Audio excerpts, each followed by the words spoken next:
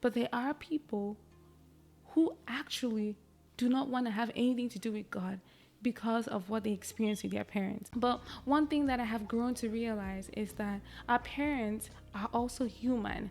Our parents were human when they raised us. I know that as children, our parents are like our hero figure, that the ones that we looked up to.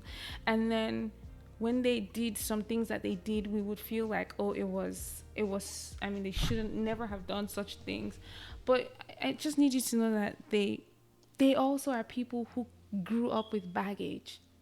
And unlike this dispensation where we are, that there's lots of resources, a lot of our parents had a lot of emotional baggage, a lot of traumatic experiences that there was no way for them to um, release. There was no way.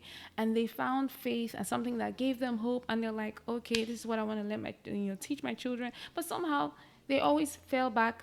So I'm here to speak, that you should look at your parents more gracefully. I had to learn to look at my parents more gracefully because I felt like I would never do what they did.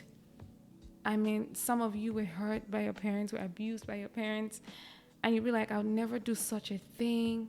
But I want you to know that everyone who acts out of normal, everyone who acts out of the ordinary, something that is not consistent with God's nature or our nature as human beings or the order of things, is actually influenced by something bigger than them. And this should empower you to be able to release them, because the number one step to actually walking in freedom and liberty, to actually seeing God in different point, in different worldview, is actually to release your parents and to forgive them. And I pray that there is such a release of God's grace and ability for you to release your parents and let it go and actually truly see them from the eyes of God.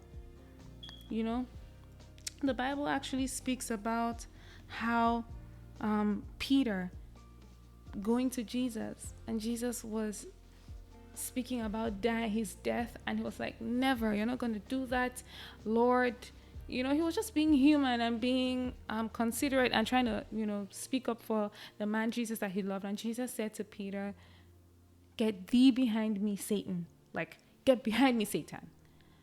And then you would think, that was harsh, Jesus. Peter was just being, he was just being Peter, right?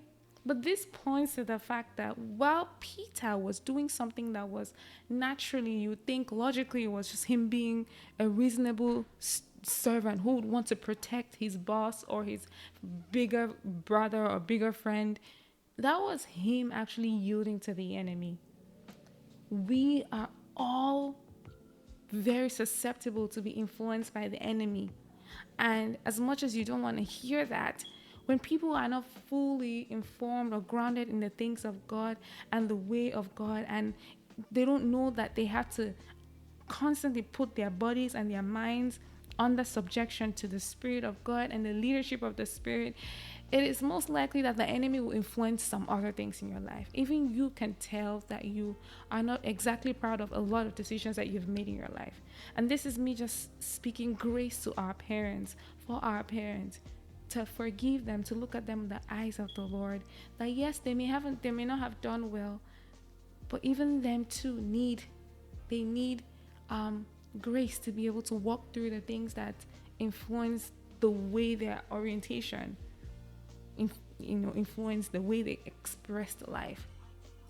So I just want to say to you, as I wrap this up, that yes, you may have been hurt by your parents, and this may have formed the view and how you perceive God, his character, and your response to church, your response to the family of Christ. Just to let you know that God actually is bigger than the limitations of what we know and the way that we perceive life and the way that we perceive relationships.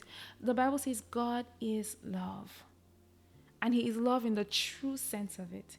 One way to think about love is, imagine the kind of love you would expect, the perfect love, where somebody cares about the details of your heart, your well-being, your emotional well-being, your mental, your physical, your financial. We have this pure ecstasy that if we find people that I mean, like that, such things would never exist, right? Somebody being so perfect in his or her determination to love you, to show you compassion. You think that that's not possible. But as soon as you think about, you get to the extent, you know, the extreme, extremity of your thoughts about what love is. That is where when you begin to understand what God's love actually is.